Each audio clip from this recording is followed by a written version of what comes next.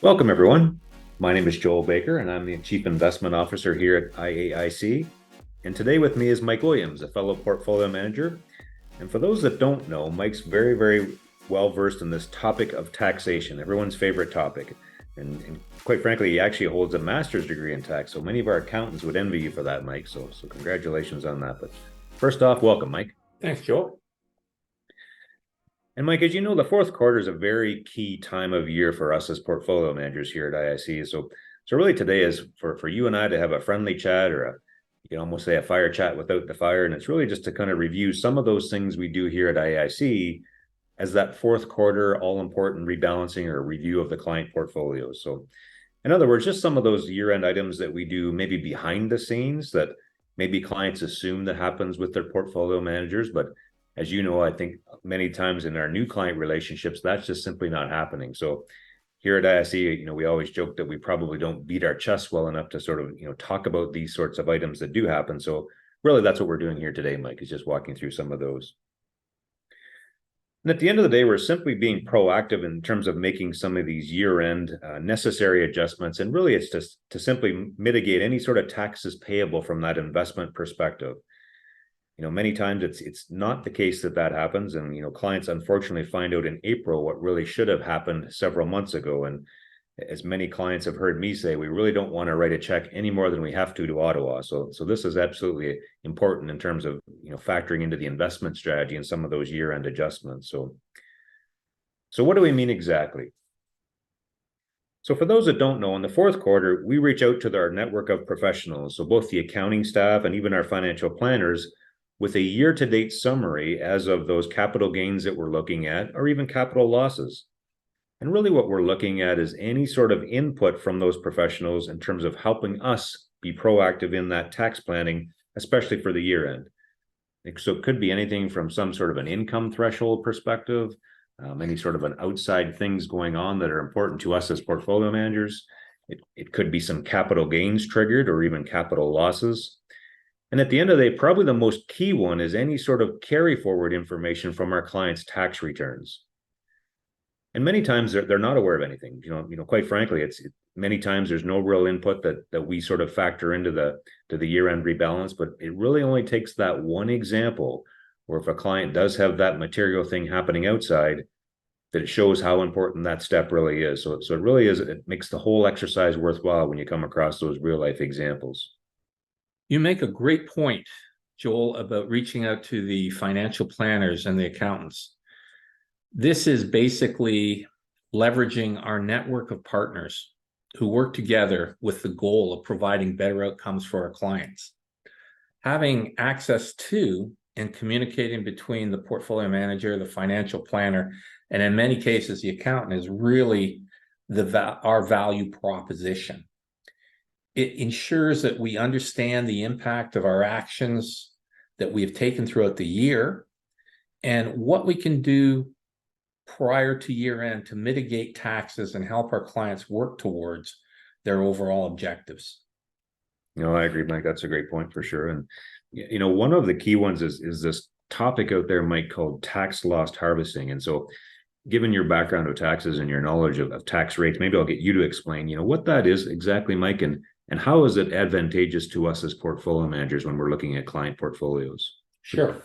Okay, well, first, it's important to understand that capital losses can only be used to offset capital gains. They cannot be used to offset any other form of income.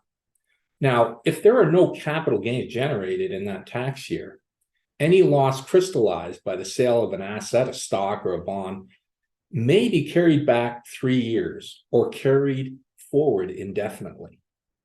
Now the loss carry back provisions of the Income Tax Act allow us to recover the taxes that we may have paid on capital gains over the prior 3 years. Now one could argue by selling an asset, you may actually be sacrificing the potential gain it will realize if that value does indeed recover. And CRA does prevent us from just selling the asset and buying it back immediately. In fact, if we buy back the same asset within 30 days, something called superficial loss rules will apply and the loss will be disallowed. However, One strategy we can use is to purchase what we call a proxy for the asset that we've sold.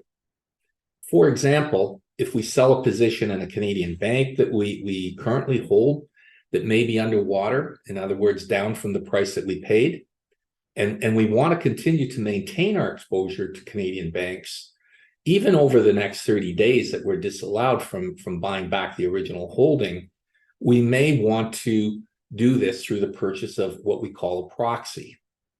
Now, what is a proxy? In general terms, macroeconomic factors that push up or down the price of stocks in a particular industry have an effect in general on all stocks that are a part of that industry.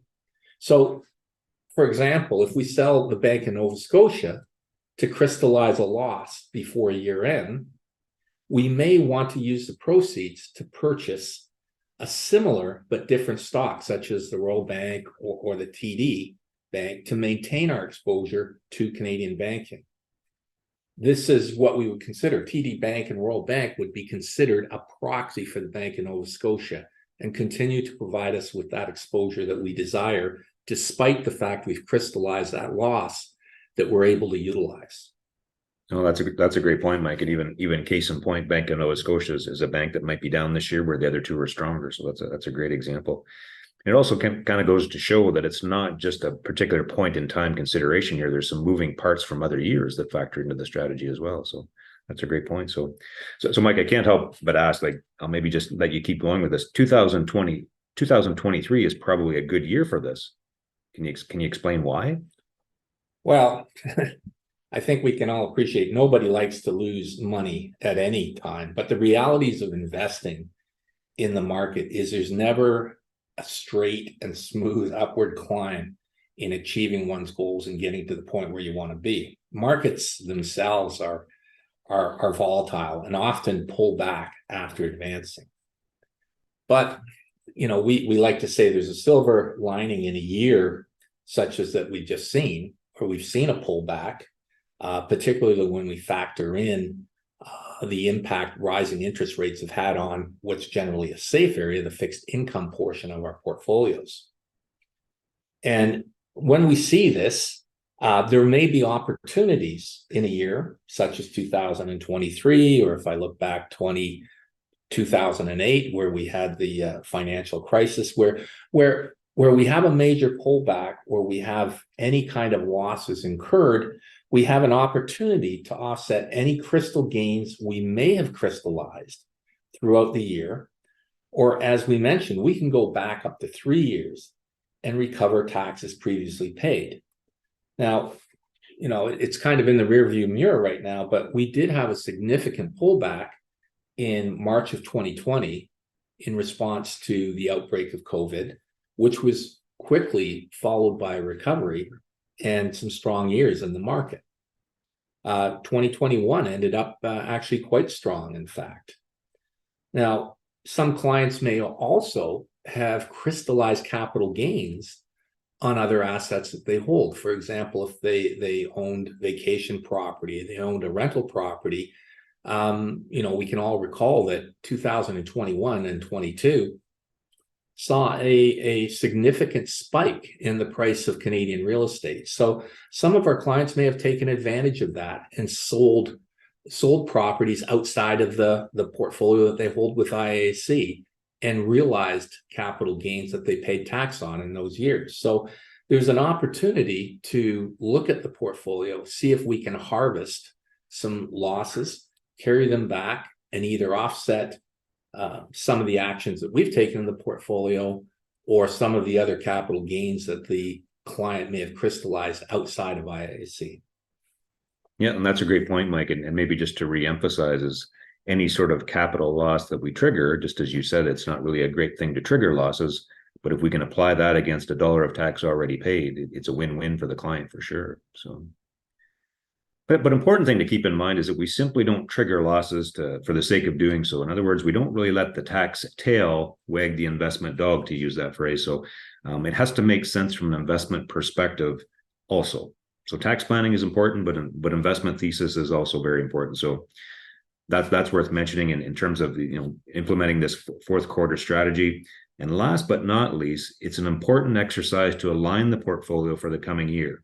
Obviously, that's a fresh new start, a fresh new year, a fresh strategy to look forward with in terms of investment outlook. So it's a good exercise to also align the portfolios for that exercise as well. So thank you, Mike, for joining us today. Thanks, folks, for listening on here today. And if you have any questions that come to mind in this sort of topic, feel free to reach out to your portfolio manager or your team of professionals, and we'll get your questions answered.